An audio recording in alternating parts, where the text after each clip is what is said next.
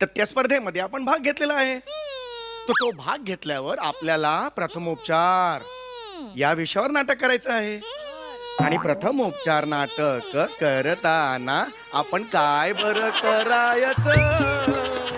प्रथमोपचार नाटक करताना आपण काय बरं करायचं? अर्ध्या तासाची एकांकिका असते, अर्ध्या तासाची एकांकिका असते. त्यात आपण पहिलं बघा बाबा सर